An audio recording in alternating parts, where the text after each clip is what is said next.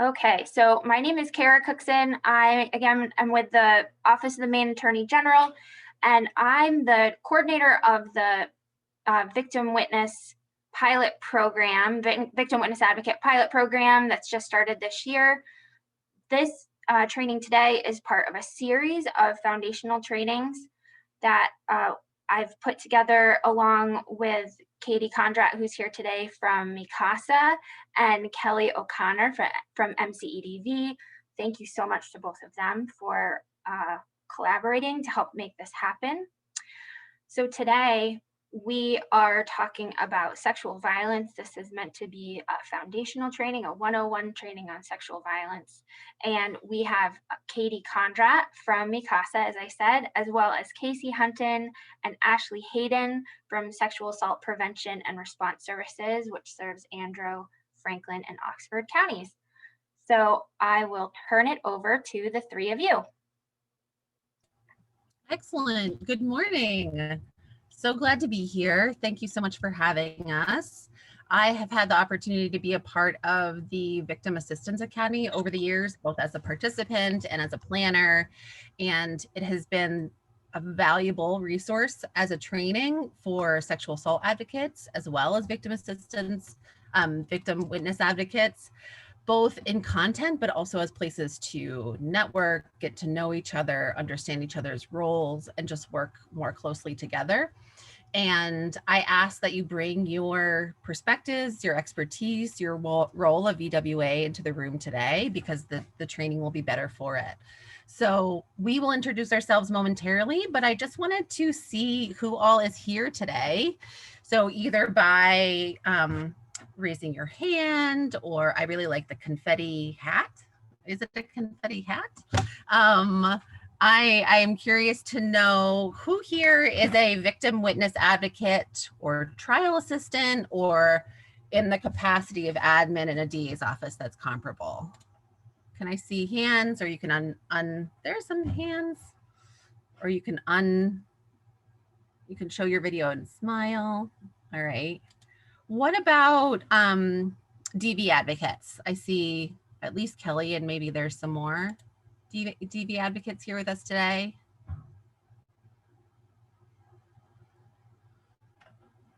Anyone else?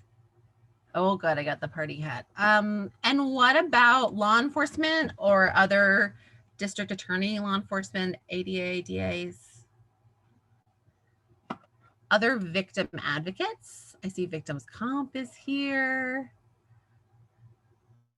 Katrina, where are you coming from? And Megan? As Safe Voices, I'm the new trafficking and exploitation advocate. Oh, awesome. Very nice to have you. Who did I miss? Anyone? Who's here in a role that we did not capture? Oh, DOC, welcome, Department of Corrections, Office of Victim Services.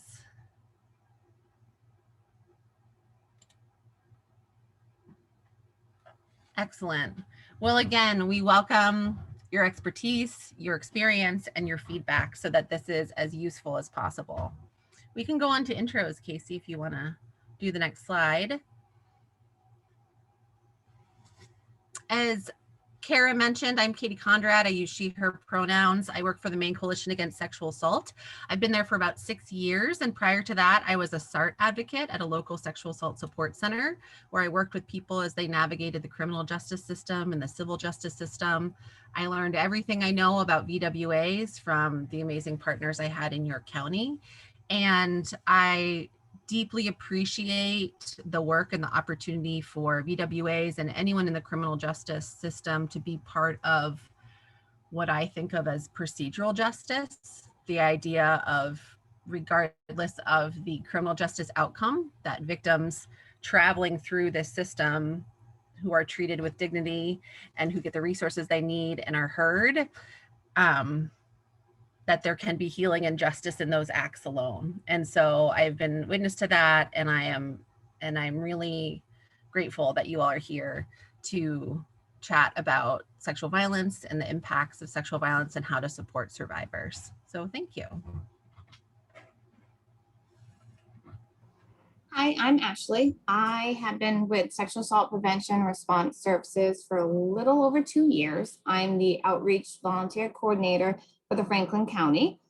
And what I appreciate about agencies like you all are a part of is that you give the survivors a voice, no matter what their process and healing is. And I really do appreciate that. Thank you for being with us this morning. Hi, everybody. My name is Kayce Hunton. I use she, her pronouns. I work with Ashley at Sexual Assault Prevention and Response Services. I'm the Client Services Coordinator there. And I've been a part of anti-sexual violence work in the state of Maine for over 20 years. I have been a faculty on the Victim Assistance Academy, kind of what it was, and then what it is becoming, which is exciting. So I've been a part of the Victim Assistance Academy since 2013. And I just have such an appreciation for the trust that survivors and families place in services and systems, that really the trust they place in the work that we do in trying our best to support them and assist them. There are just a couple of things that I want to say before we move on. One of the things is that discussing sexual violence impacts us all, and it impacts us all very differently. So we want you to do what you need to do to take care of yourself during this presentation.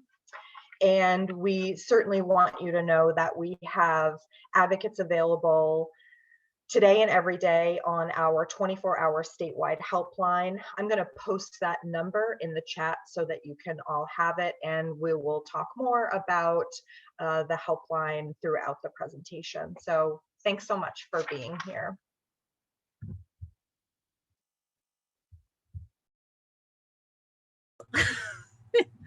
"18 months on Zoom," and you would know to unmute myself. So this is our plan for what we want to cover in our time this morning. It's very foundational, as the training promises. It is about making sure we all have the same information when it comes to defining sexual violence and identifying forms of sexual violence. We want to be sure that you understand what services and supports are available in the state through the sexual assault support centers. We want to talk about the impacts of sexual violence and your possible role in response and support. So it's very foundational, but we want to make sure that everyone is operating with the same framework, with the same understanding of how we as advocates define sexual violence and how sexual violence impacts the people you will be working with. We want to let you know that in the presentation this morning, there will be no explicit descriptions of sexual violence, no narratives or images that depict sexual violence. However, we will be talking that it exists, and there will be a very short video where a survivor speaks to her experience. So again, as Kayce referenced, you get to take care of yourself. This kicks up stuff differently for everyone. And so if you feel like you need to take some room or get support, of course, do that for yourself. So this is the part where we start asking you questions and asking for your feedback, either in the chat or unmuting yourself, or even showing your video would be welcome. We were wondering if anyone would be brave enough to offer us a definition of what sexual violence is, now that we've said it 13 times, 13 minutes into the presentation.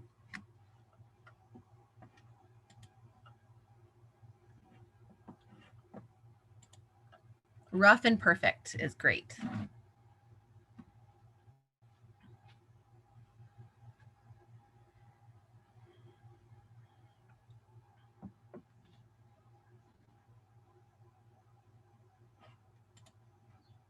What is sexual violence?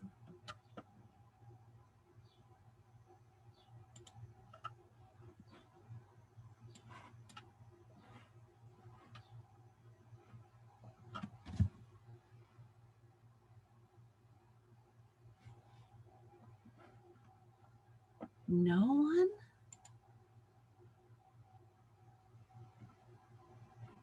Okay, then we'll give you this one, but for the next one.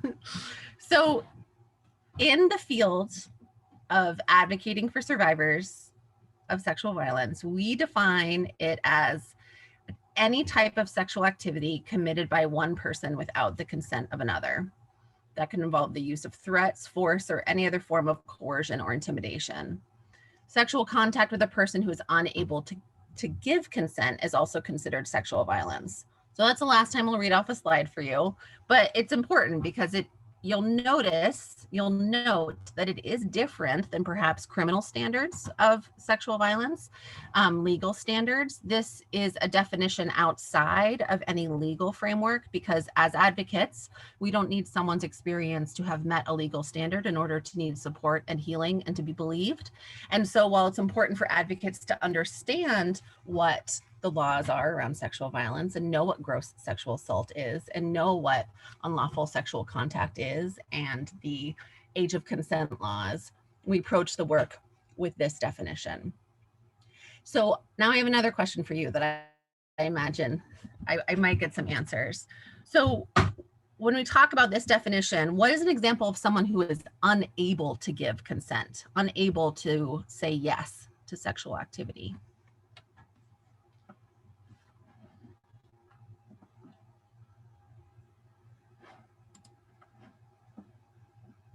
Kid. Minors. Say that again. Kid.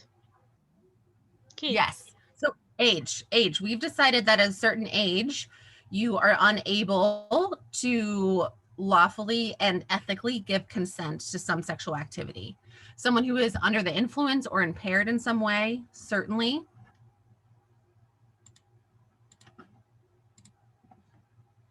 Anything else that is both ethically and legally someone's unable to give consent?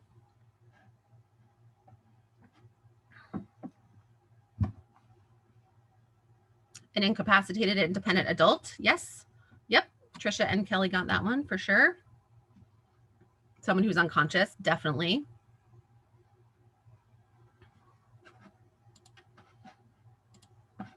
The other one I want to mention is when power within a role or status makes it unlawful and unethical. So in Maine, we're talking about maybe a student is 18, but they cannot consent to sexual activity with a teacher or a coach, anyone employed to be an influence in their life.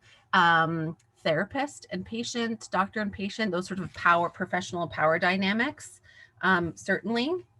And then the other thing that we wanted to give an example of is, can you think of examples of harmful or potentially traumatic sexual violence that is not necessarily criminal, that we might be supporting someone around and they may or may not rise to the level of criminality or being illegal?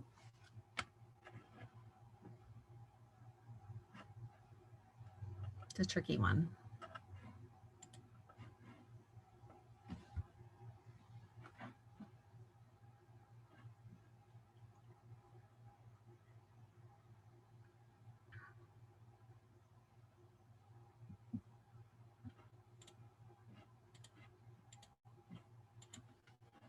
We think about forced kissing is sexual contact that is not addressed in the criminal justice system. Never mind things that don't rise to the level, maybe the behavior happened, but is not captured. The other thing I think about a lot in the world of someone experiencing domestic violence, where the overt threats and power and control is just in the air so much that an individual act of sexual activity might feel like someone has said yes, but there's really no way to give informed and consent. Some street harassment. It's to say that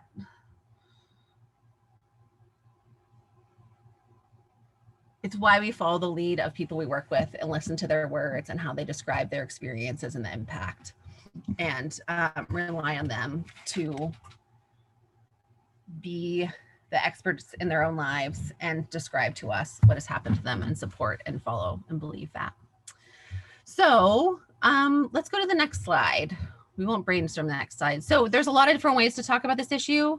We think of sexual violence as an umbrella term with all of these different things underneath it. It's important to have language to help people describe their experiences, but also, you know, we want people to know that regardless of your experience anywhere, any type of unwanted sexual activity, you can get support and resources from a local sexual assault center. And additionally, at any point in your life, if this has happened, it might still have an impact on you. And we work with folks at any point in their lives.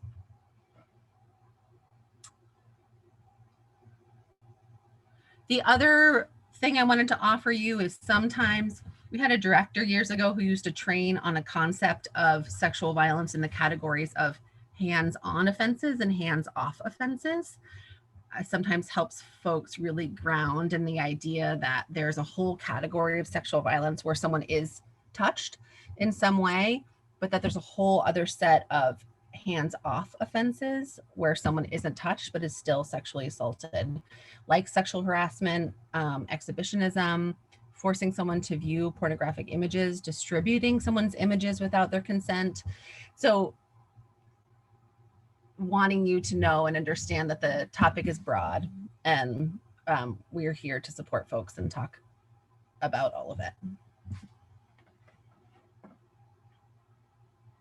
Next slide. We're going to be watching a video. It's called Consent and Tea. It's about 2 to 3 minutes long. And then after the video, we can definitely hear some thoughts about what you think of the video.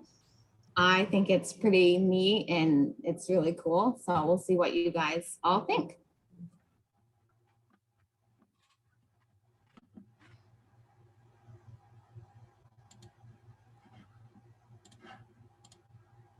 Whoops.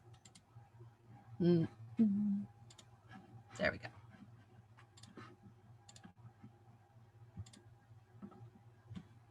Look good?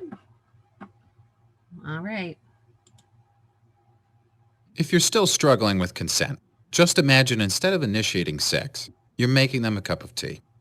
You say, "Hey, would you like a cup of tea?" And they go, "Oh my God, I would love a cup of tea. Thank you." Then you know they want a cup of tea. If you say, "Hey, would you like a cup of tea?" And they're like, I'm not really sure.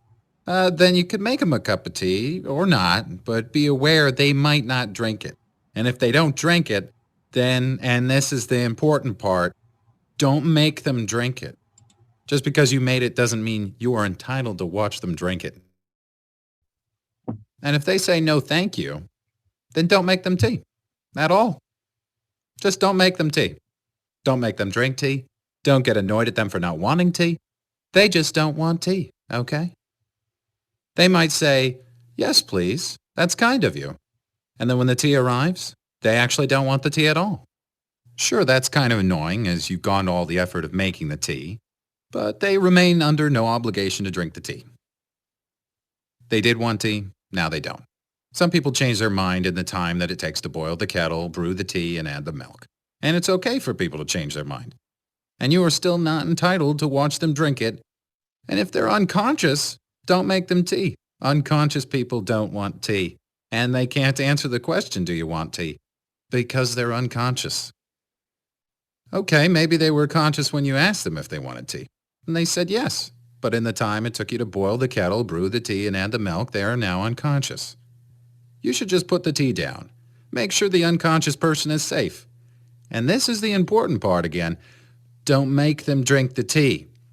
They said yes then, sure, but unconscious people don't want tea. If someone said yes to tea, started drinking it, and then passed out before they'd finished it, don't keep on pouring it down their throat. Take the tea away. Make sure they're safe, because unconscious people don't want tea. Trust me on this. If someone said yes to tea around your house last Saturday, that doesn't mean they want you to make them tea all the time. They don't want you to come around to their place unexpectedly and make them tea and force them to drink it going, "But you wanted tea last week." Or to wake up to find you pouring tea down their throat going, "But you wanted tea last night." If you can understand how completely ludicrous it is to force people to have tea when they don't want tea, and you're able to understand when people don't want tea, then how hard is it to understand it when it comes to sex? Whether it's tea or sex, consent is everything. And on that note, I'm going to go make myself a cup of tea.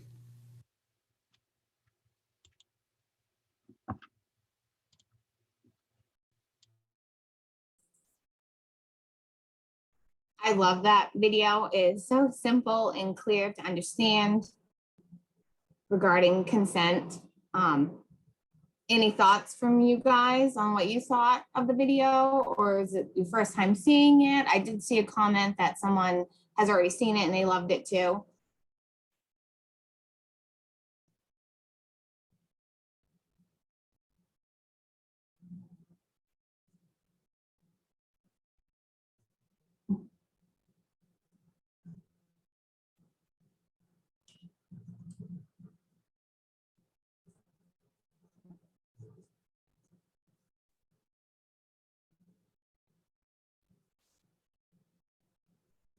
So everybody's liking it. Yeah, I can see in the chat. That's good. It's just so simple to, I don't understand, you know, yes means yes, right?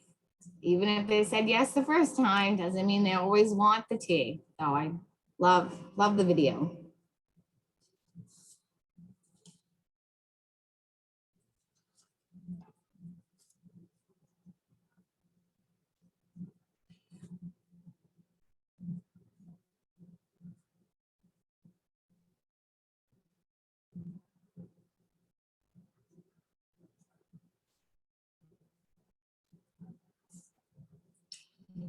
Here is a statistic regarding how many people will experience sexual assault in their lifetime in the state of Maine.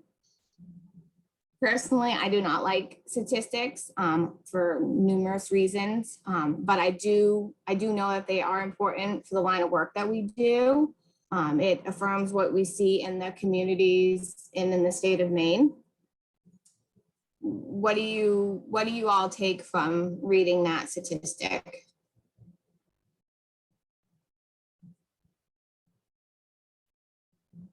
And you can put it in the chat or you can unmute. So to clarify, this is sexual assault. This isn't just sexual violence, because if we were using the phrase sexual violence, I would imagine that it would be a much higher percentage of people when you include like street harassment and those kinds of things. Yes, and like we all know, a lot of survivors do not report due to the rape culture and the disbelief and victim blaming. So I believe this number would be higher in both cases if it was sexual violence or sexual assault.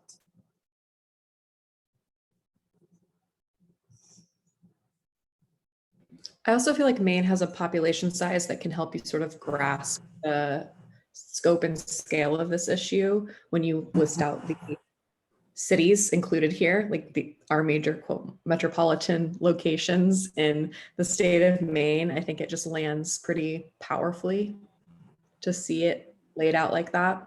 You know, these are our major city centers in Maine, and it's pretty much all of them. So very powerful. Matthew in the chat says, honestly, it makes me think of what the number would be if everyone is able to report their abuse. I imagine it would be a shocking amount of people. I think that is really affirming of what, frankly, we see and do in our work.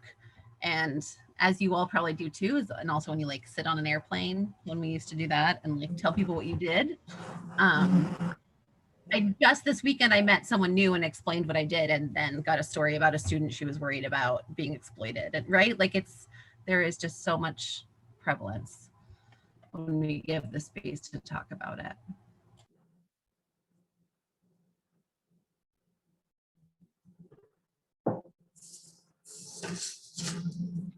Everyone is at risk, but some individuals are at greater risk. What do you notice out of these populations have in common?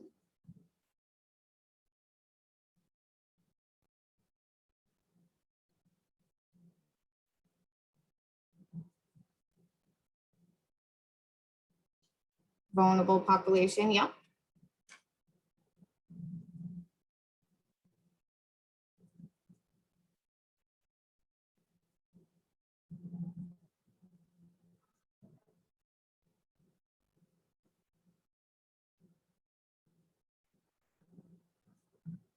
at-risk population due to being, yep, absolutely.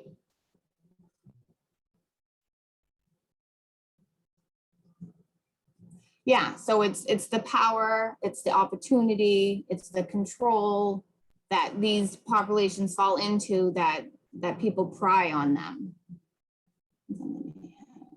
These characters, yep, that's right, Kelly, yep.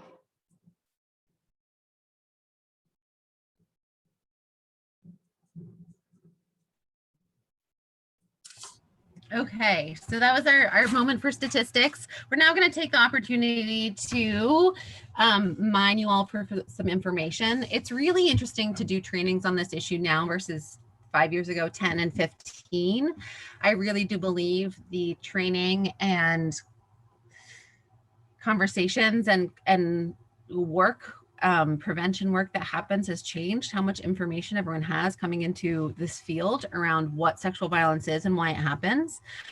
So we're going to do an activity that if we're in person, it's called a gallery walk. We put these 4 questions on the wall. You walk around on your own and you write your answers on the wall. But in virtual land, how we do this is we send you off into breakout rooms to answer not 4 questions, but 1. So the plan is for the next 10 minutes, Kara is going to put you all in one of 4 breakout rooms. And each breakout room is going to answer 1 question.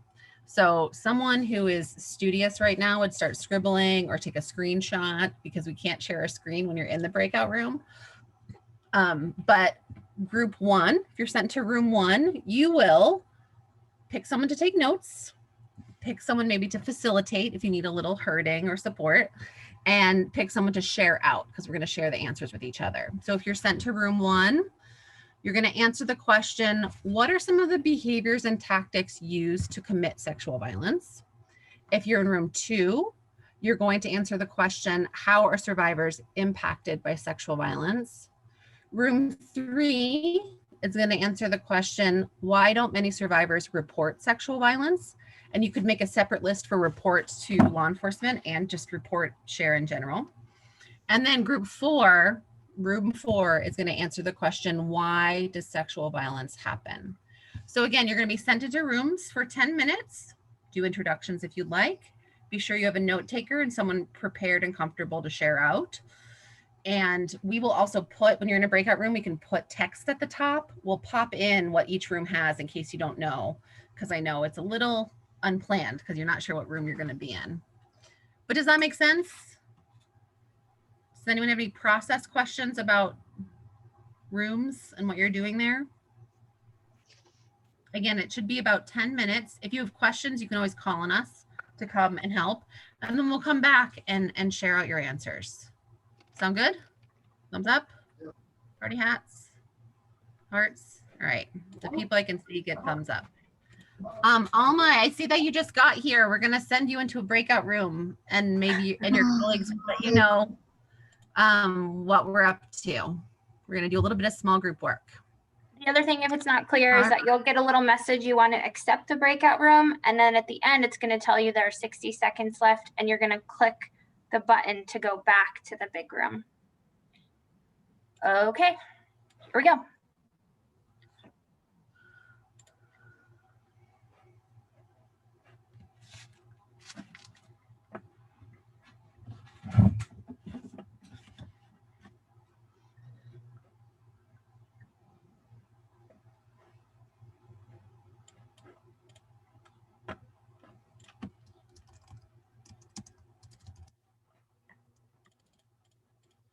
Well, that was good practice.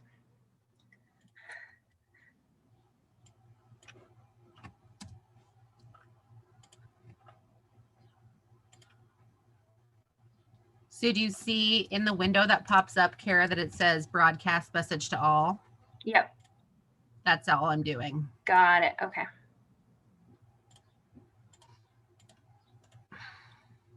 And Alma, do you want to try to join room 4?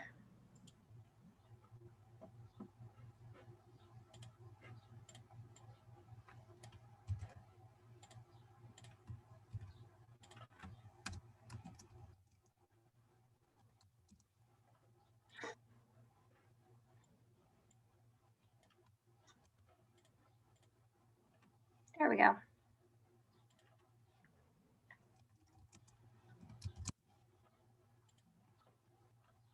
All right. So it is 10:33. Maybe we give folks till 10:40. Yeah, and I set a 10-minute timer, Ooh, fancy. I think. I didn't know you could do that. It said options. Well, I was like, let's see what those would be. Oh, guys, I'm sweating so much. I'm so sorry. I am my poor spouse. I hate this weather. Yeah. I can find goodness in so many things. It makes me just like crabby in my cells. I can't physically lift an air conditioner, and certainly not without like chucking it out the window in the process. And I feel like every year my husband and I do this thing where it's May and I'm like, gosh, it's 80 degrees.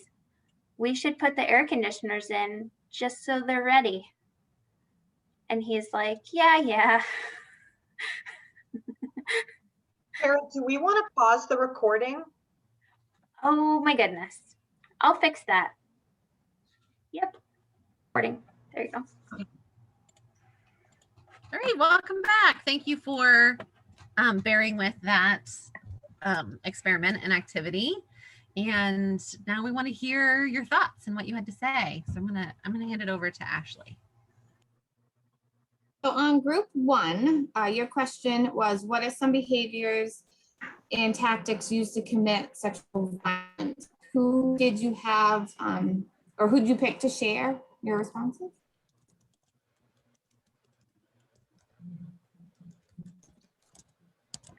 I believe we chose Courtney. Okay.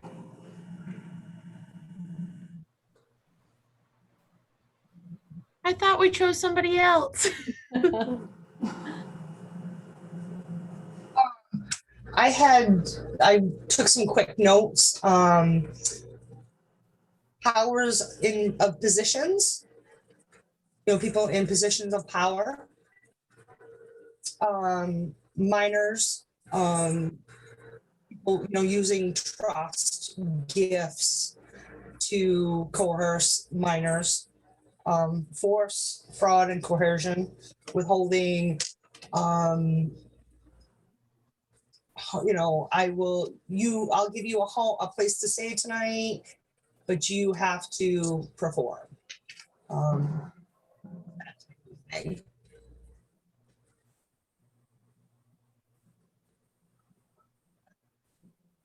that's about all we have.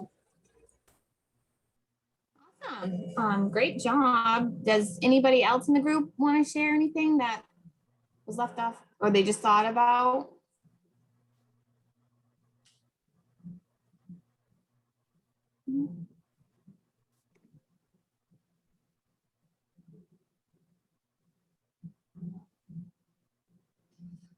I'd probably add, here's a list, just like does not use a weapon, is not mentally ill.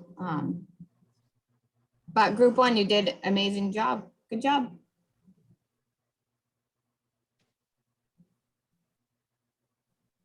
So our next group is group 2. Who would like to share your answers to how are survivors impacted by sexual violence? We can take the slide down so we can see each other or sort of see each other. What about group 2?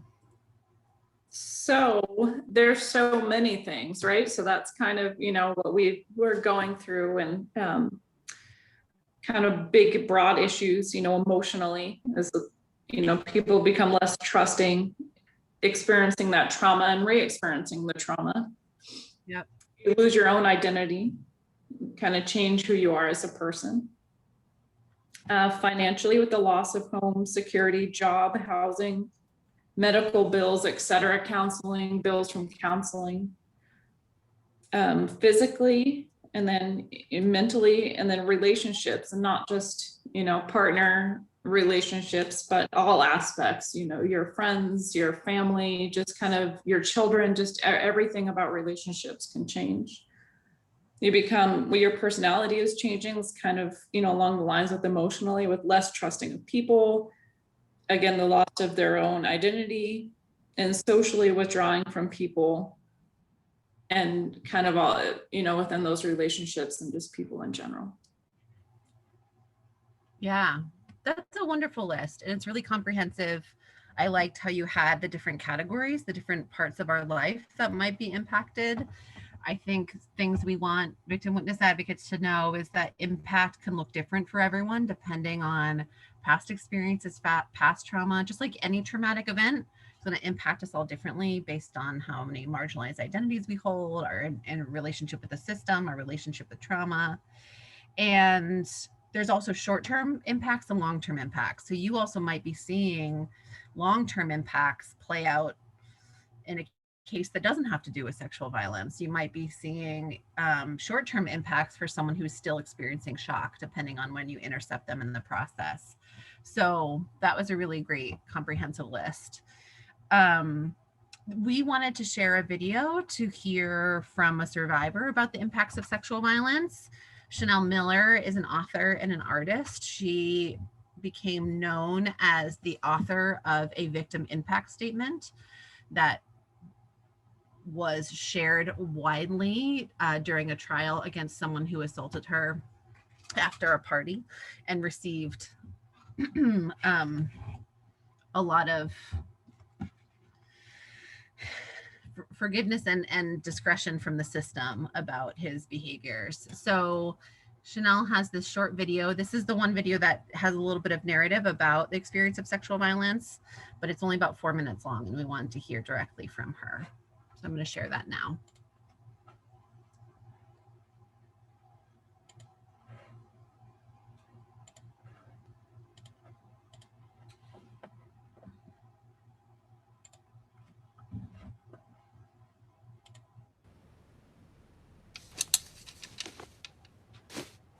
It happened when I was 22, on the cusp of my adulthood. When you are assaulted, an identity is given to you. It threatens to swallow up everything you plan to do and be. I became Emily Doe. Assault teaches you to shrink, makes you afraid to exist. Shame, really, can kill you. Unconscious, stupid, dumpster, swimmer, Stanford, half naked, nameless, nobody. Nobody wants to be defined by the worst thing that's happened to them.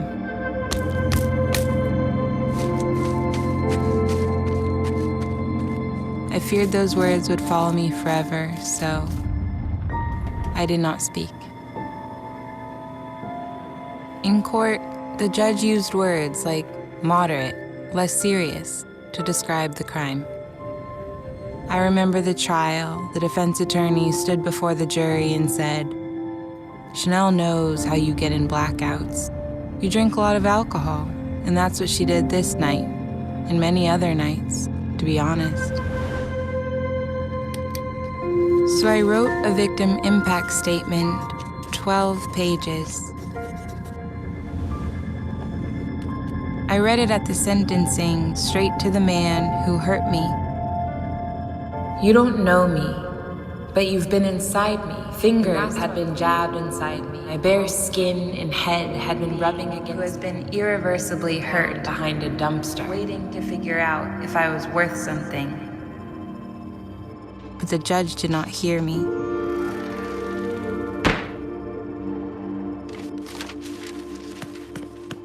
When I released the statement, something else happened.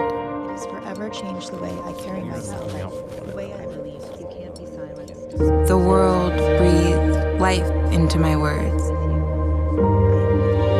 I spent all this time absorbing, listening to their voices until I understood. Chanel knows how you get in blackouts. Chanel also knows how to write. And Chanel knows how to draw. Survivors will not be limited, labeled, boxed in, oppressed. We will not be isolated. We have had enough. Enough of the shame, diminishment, the disbelief, enough loneliness. Look at all this togetherness. Look out for one another. Seek whatever you wish to be in life. Speak up when they try to silence you. Stand up when they shove you down.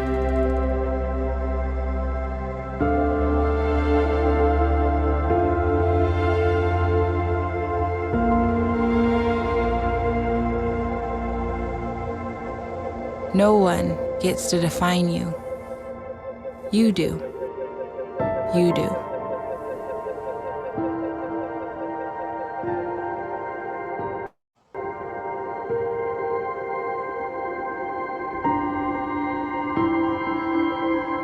My name is Chanel, and I am with you.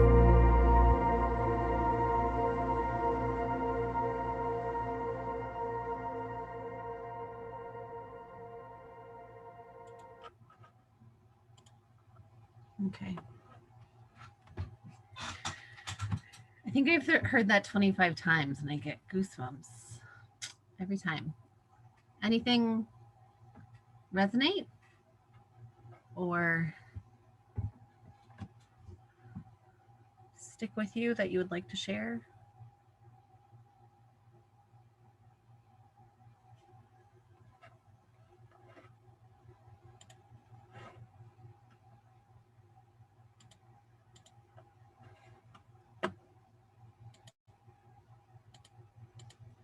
In a couple weeks, I think Kayce and I are going to do another session on trauma-informed practice.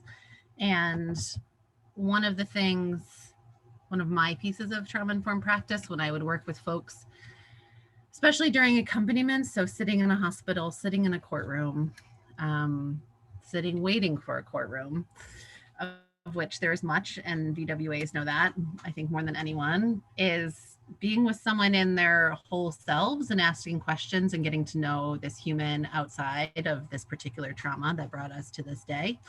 It might just be me passing time and wanting to share pictures of my pets, but it also, I think, any way that we can honor the impact of sexual violence while also acknowledging this whole person in front of us is part of trauma-informed practice. And I just think that video does such a beautiful job of capturing that and capturing the connection of survivors. And that's part of the work we do in support groups and in our field, is also connecting and affirming the survivor experience with each other. So I'm going to go find her victim impact statement, because I know it's online, and share that in the chat in case anyone is interested, while Ashley goes on to the next slide.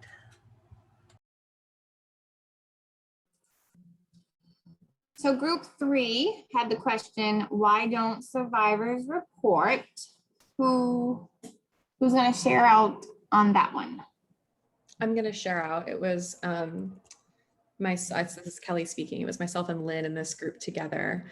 And so we had a really good conversation. Lynn shared a lot of her expertise from working within DOC. And we sort of put our responses into themes. One big theme was fear, and we kind of broke that down in a lot of different ways. And the other theme was process and sort of lack of access to accurate information, or fear of the process of reporting and how daunting that is as a result of sort of the information and what that process is going to look like.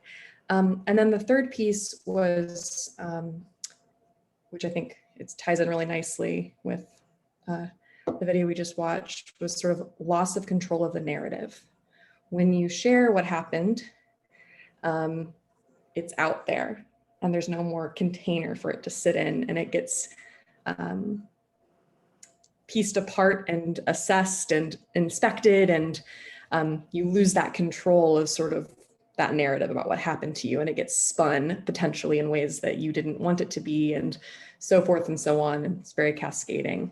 But in terms of fear, which is, we talked a lot about, lots of fear there, fear that somebody won't be believed, fear of retaliation, fear of what people might think about them, sort of the cultural stigma, which the video shared so powerfully, sort of being labeled and having to live in that sort of, I'm a victim, and some people don't want to live in that space and be identified or labeled that way. Also, fear of emotional impact it might have on people that care for them. If they share what happened to them, to their parents, for example, or to their brother or sister or loved one, there can be a sense of wanting to protect people that you love. You don't want them to feel like they failed in protecting you, potentially.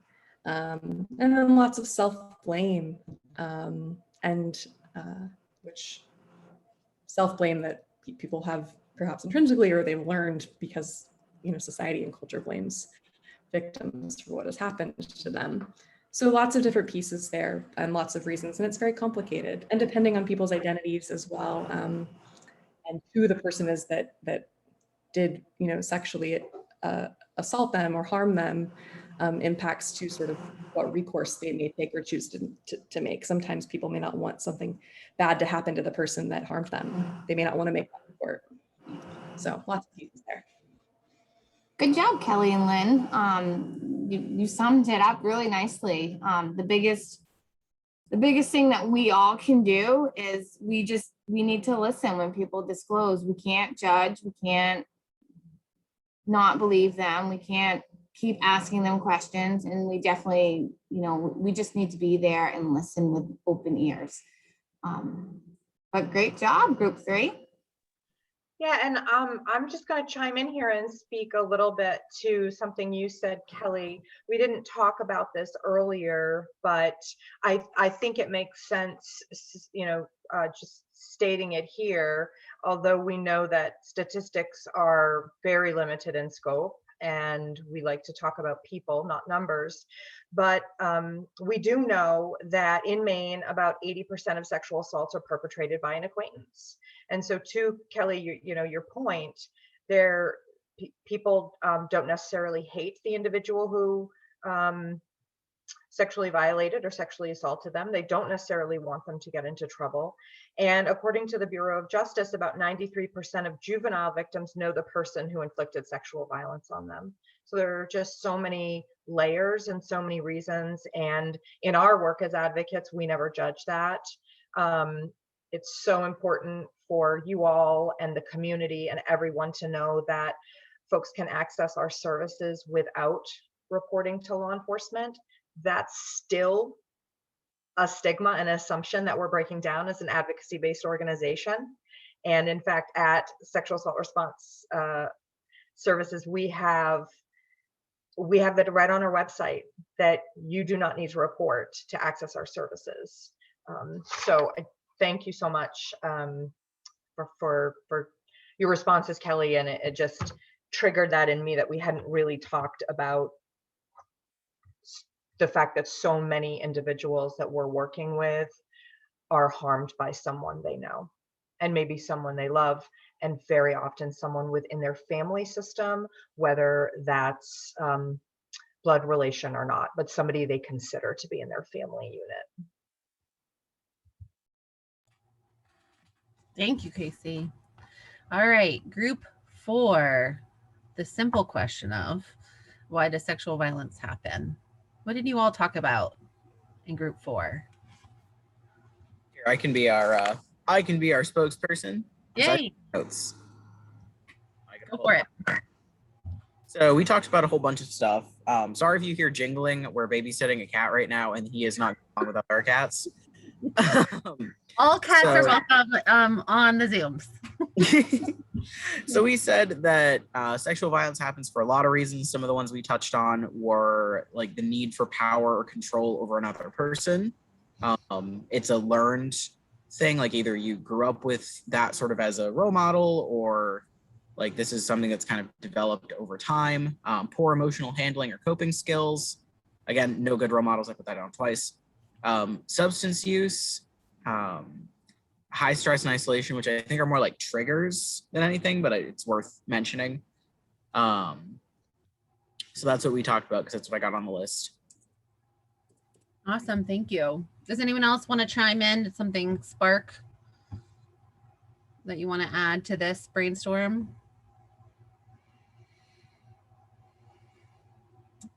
Kelly, I don't know if this is still used as a metaphor in your world, but in the minutes, the couple of years I was in the domestic violence education field, we talked about how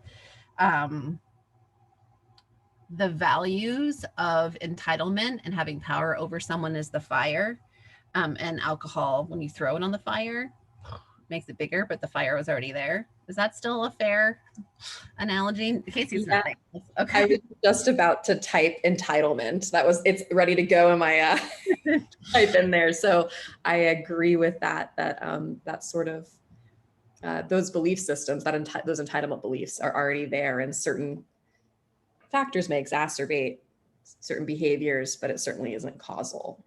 Yeah, so that's sort of how we think about previous trauma, alcohol, stress, and that it's that entitlement, the idea that you feel like you have a right to this sexual act, that you wanna, like that's the root of entitlement.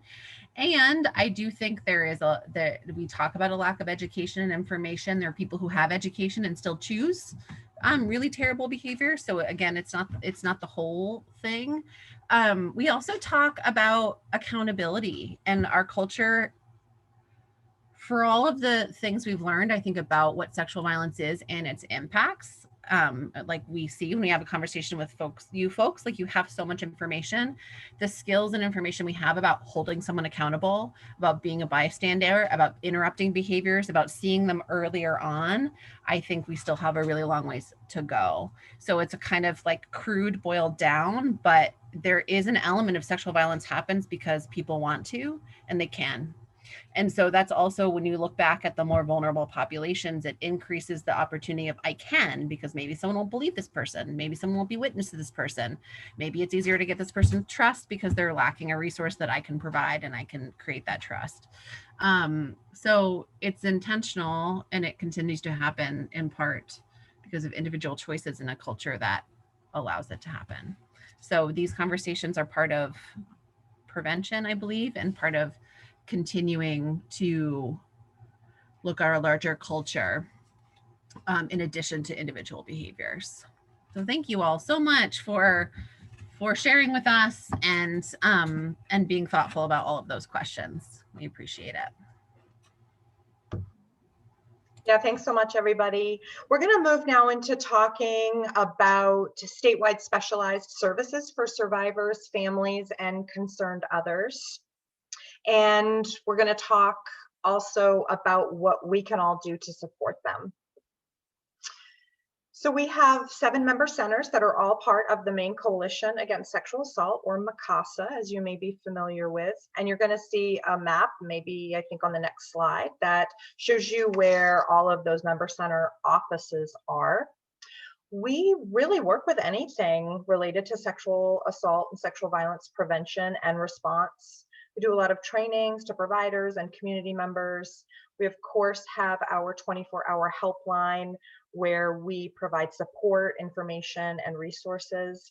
And you all can utilize that number too at any time if you have questions, if you need support for yourself or someone in your life, or if you want to make a referral to one of the centers. We'll talk a little bit more about intervention and prevention services in some upcoming slides. Does anyone have any questions before we move on?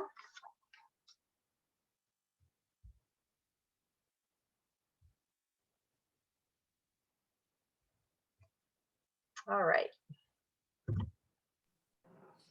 So here's the list of the local sexual assault support centers in the state of Maine, and our statewide 24-hour helpline numbers on the bottom. You will see that a lot. It's also in the chat if you need it.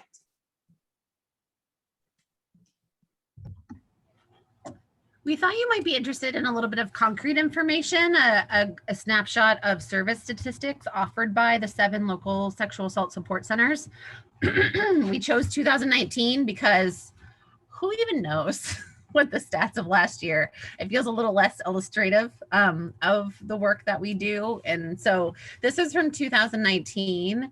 If the helpline, the statewide helpline, we served about 2,500 calls. Advocates went with survivors to emergency departments for forensic medical exams 304 times.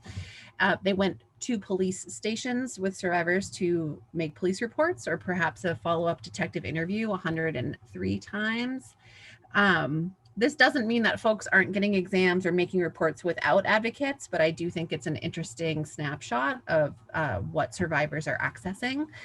And what I think about too is, we know from the stats that we think around 14,000 Mainers experience some form of sexual violence each year, and our number is 2,500. So we don't hear from most folks.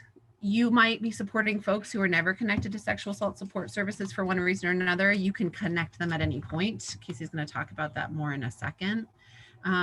But to me, it also illustrates how we all need to be part of supporting survivors and getting them connected to the services that they need. Any questions about these numbers or observations or anything you want to share when looking at what sexual assault centers are up to?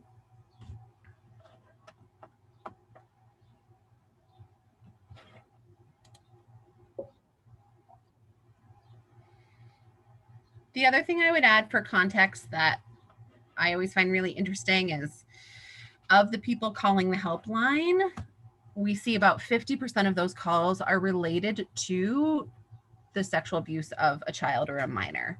So that's either someone calling to say, I'm worried about what's happening, or needing support around what's happening to a minor or child in their life, or it is a minor calling for support. And overwhelmingly, we're supporting people who are adults who are still managing the impacts of child sexual abuse on their lives. So really emphasizing that a lot of the work that advocates do at support centers is years after an assault. It could be 10 minutes after, but it could be years after. And that is work advocates are really skilled in doing. And so if you are working with someone and it's their child who experienced sexual violence and it's kicking stuff up for them, then that's someone who could use our support services as well.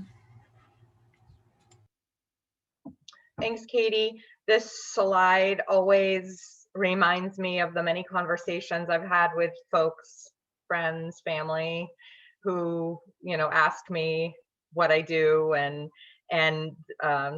oftentimes the response is, like, we have enough of that to warrant all these services. And it just, reminds me that the scope of sexual violence in our state, in our country, and our world is just so under-recognized. And we have so much work to do. And we know that, and we keep working every day as we all do on this call this morning. But yes, there's enough sexual violence going on in the state of Maine to warrant all of these services. And I've never talked to an advocate who is sitting at their desk twiddling their thumbs with nothing to do. So thank you again, Katie. Here's a little bit more information about prevention services. And we engage in prevention work with the fundamental goal of ending sexual violence in all its forms. That's our goal, that's our vision, that's what we want to do. So our prevention-based services are so important for so many reasons. We provide a lot of services in schools, including classroom programs and lessons, and we also provide support and drop-in programs and support groups for students, and we certainly support teachers and faculty.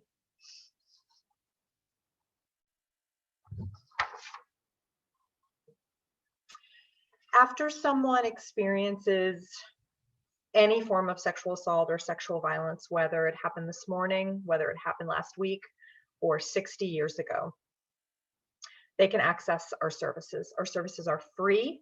They're advocacy-based services, so we're not therapists or clinicians. And even if there are folks who have those letters after their names, they don't act in that capacity at anti-sexual violence support centers.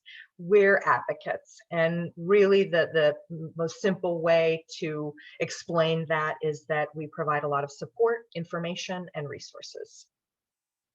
We provide services to people of all ages, all abilities, all genders. As you can see, we have specialized advocates, and some of you may have worked with some of our specialized advocates, particularly our sexual assault response team advocates.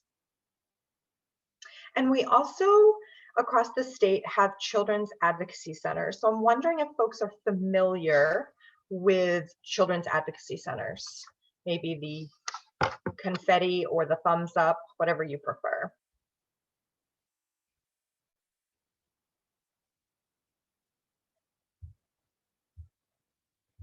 So a couple of folks, just to make sure we're meeting the needs of everyone in the group, I'll talk a little bit about children's advocacy centers, or CACs, as you may know them. Oh, Jamie, do you have a question? No, I was attempting to put my thumb down and inadvertently raised my hand as well, so I apologize. No problem, because you know a lot about our intervention-based services, so please. That is true. I could help answer questions if there were those that couldn't be answered otherwise, but was not attempting to interrupt. Sorry. Oh my gosh, no problem. You were not interrupting. I'm so glad you're here. It's good to see you. Our children's advocacy centers are really places where children who have been abused can be interviewed by specially trained forensic interviewers in an incredibly child-friendly environment. And CACs really support the model of that true multidisciplinary process to work with child abuse victims and work with the community to develop and enhance services and prevention programming. So the multidisciplinary teams include members of law, child protection, mental health, anti-sexual assault and prevention services, medical and prosecution agencies. The primary goal of children's advocacy centers, or again, CACs, as you'll hear them referred as, is to ensure that children disclosing abuse are not further victimized by the intervention systems that are designed to protect them. Do you have any questions about that I can try to answer? Or does anyone want to add anything based on your experience working with children's advocacy centers or any of these other programs?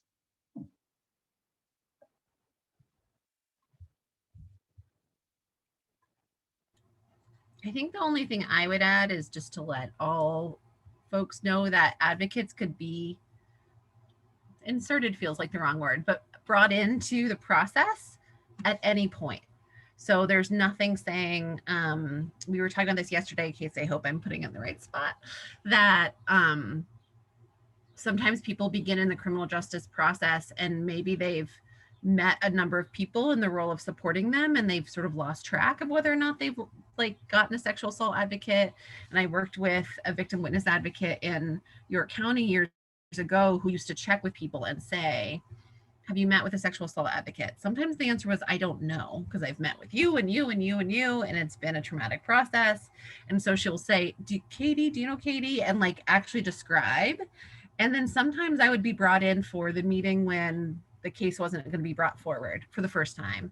Or sometimes I was brought in for sentencing, or sometimes the victim impact statement, that the VWA identified that this family, this person could use more support at this point, and found a way to make that warm referral or warm invitation and get their informed consent to bring us in.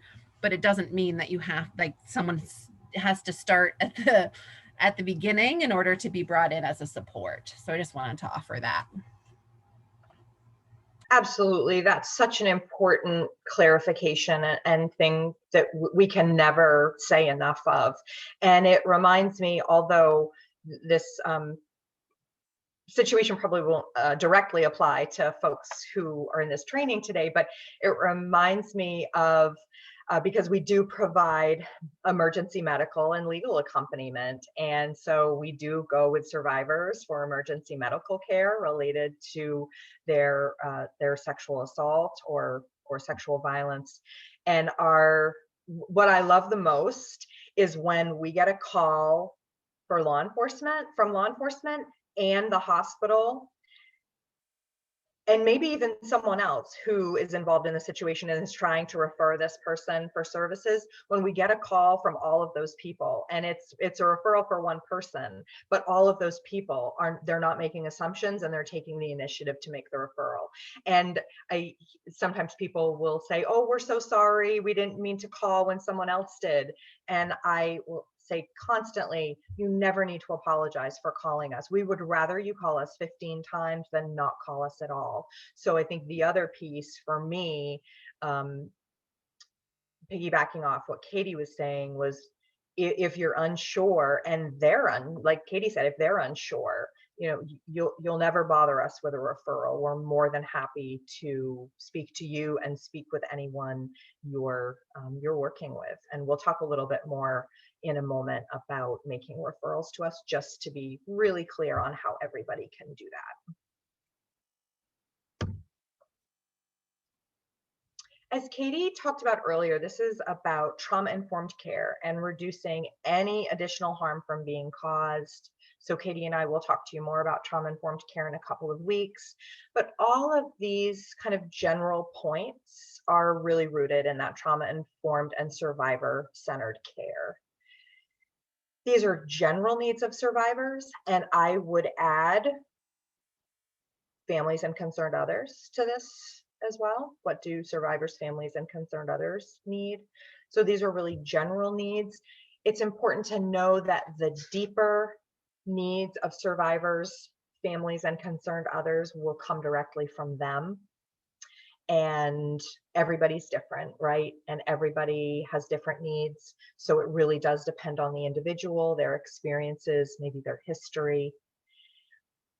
The most important thing we can all do, regardless of whether we're advocates or we're BWAs, or if there are any trial assistants here, regardless of anybody's role, is to really listen to what people are saying and to honor that they are the experts on their needs and their experiences. And when we take the time or allow the time to really hear people, we'll know what they need, maybe above and beyond this list here.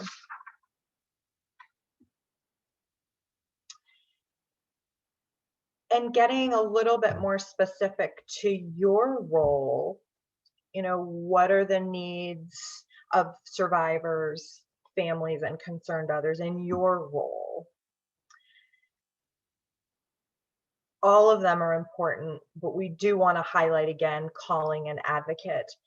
Even if the reason the person is in front of you isn't specifically related to sexual violence.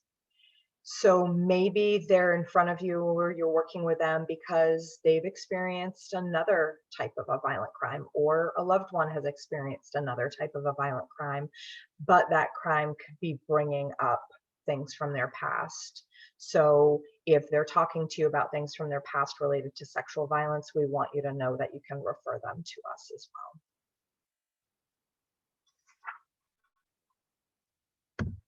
If you're not already doing all of these things, then these are some things that you can start doing as soon as today. Have a couple of questions, because we really want to honor that you're the experts in your role, and we have so much knowledge and experience and expertise in this space right now. Just wondering what you think you can do to support survivors effectively, and maybe adding on to that, what you can do to partner in support of survivors. Any thoughts on those questions?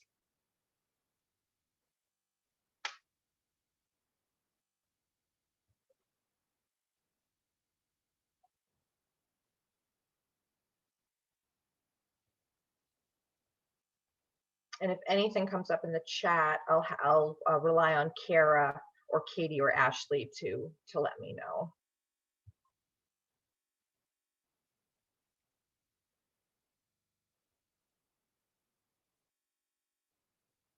How about for folks who have maybe a lot of experience and you have experience referring folks to our services?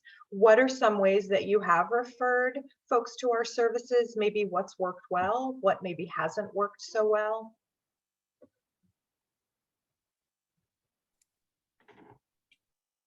Kayce, this is Jamie from Androscoggin County. I try to keep in close contact with our local SART coordinator just to be able to offer information. At times, I am not the first person survivors want to stay in close contact with. However, I think I often have important information for them. And so I make an effort to stay in touch with the SART coordinator so that if she is having contact with survivors involved in the criminal justice system, she can also have that information to share. Awesome. Thank you so very much. And if you're not familiar with SART, they are our sexual assault response team advocates. And the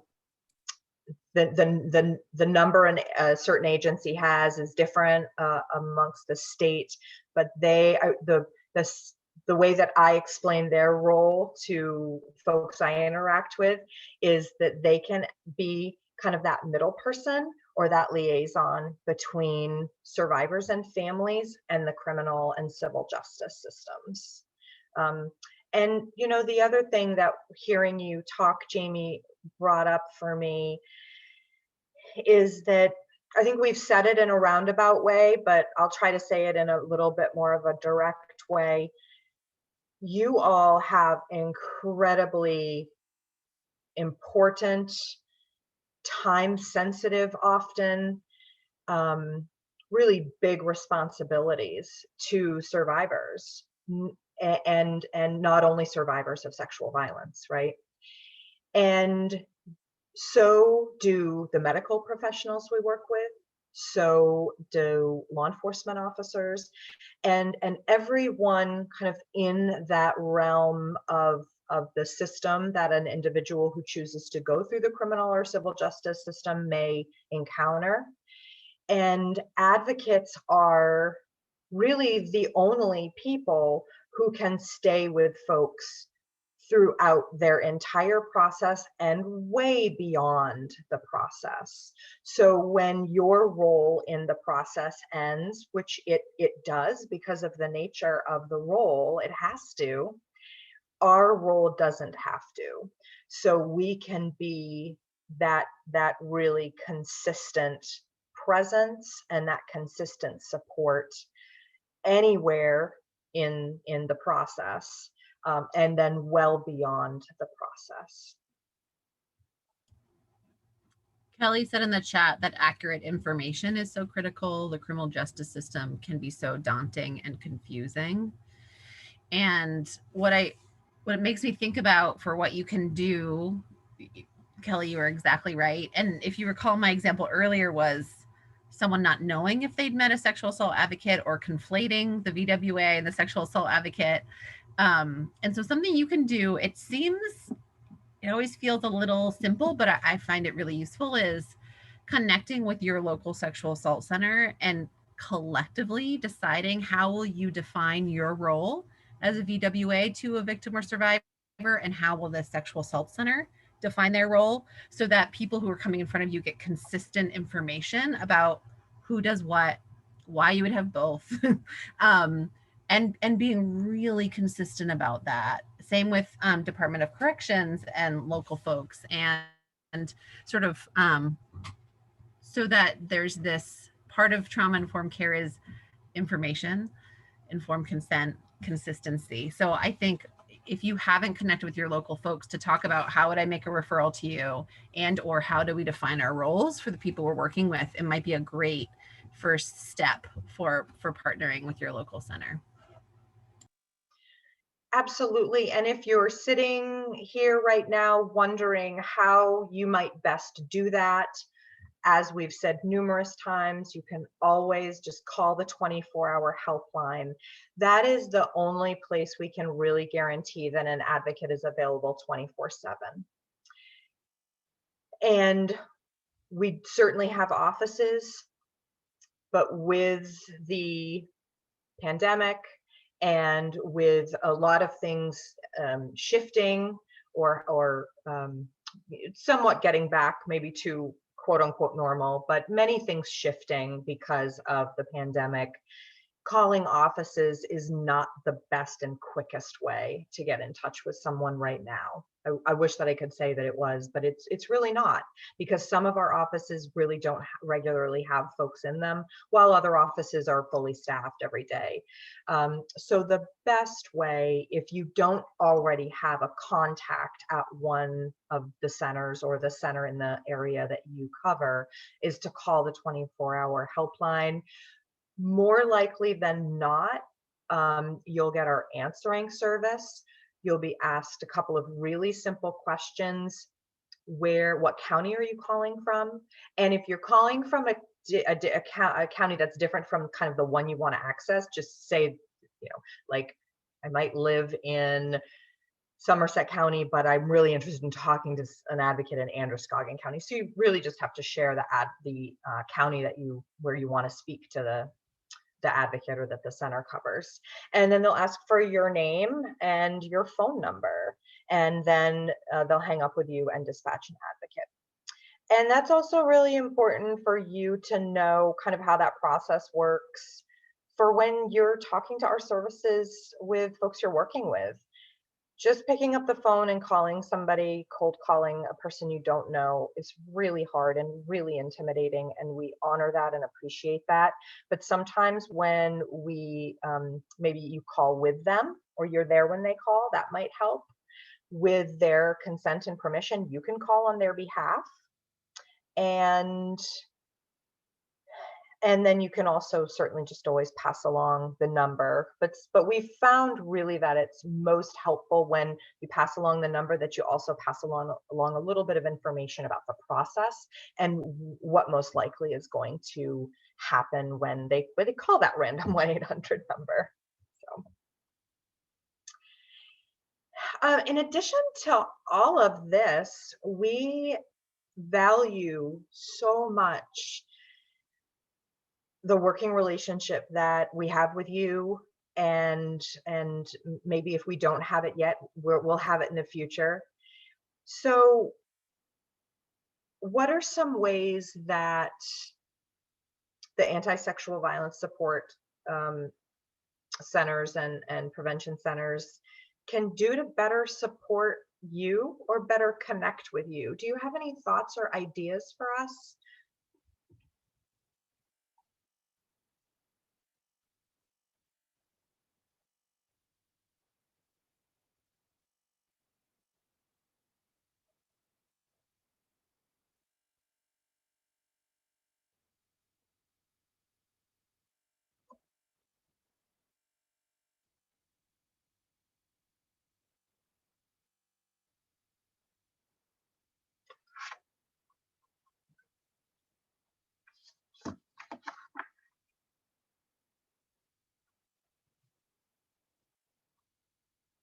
It's okay if you don't now. You've been on this call for almost an hour and a half listening, and we're so grateful and appreciative for that. But please know that the invitation to provide that feedback doesn't end with this presentation. And we truly value the collaboration, and we always want to know what we can do better. We know that we're always growing, and there's always room for improvement. As we wrap up, this is a quote that for me speaks to the importance of working collectively, and also how important it is that you take good care of yourself in this work of service to others. So at this point, I'd like to invite any questions or comments or feedback that anyone has.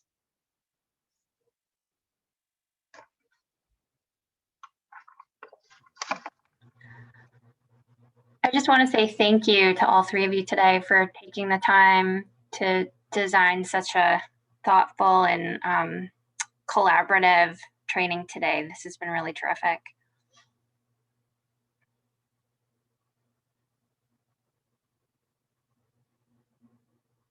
Thank you so much, Kara, and really for everyone spending their morning with us in this heat. I hope you're able to find some relief wherever you are. We just really appreciate you and the work that you're doing, whether you've been doing it for 25 years or whether you've been doing it for a week. We're so glad that you're here, and we truly, not every day, but in the grander picture, I truly feel like we're in this together. And I just wanted to remind everyone, there'll be a follow-up email that will go out with a survey link to provide more formal feedback to our trainers who took the time today. We really appreciate that. And there also will be a link to the recording today so that that's accessible both for you and your colleagues if you want to refer back to it, or if someone didn't have the chance to join us today. So otherwise, if we don't have any comments or questions, and if you folks are all set, we'll sign off today. Thank you so much for taking the time. Thanks for being here, everyone. It was lovely to meet you. Okay. Thank you.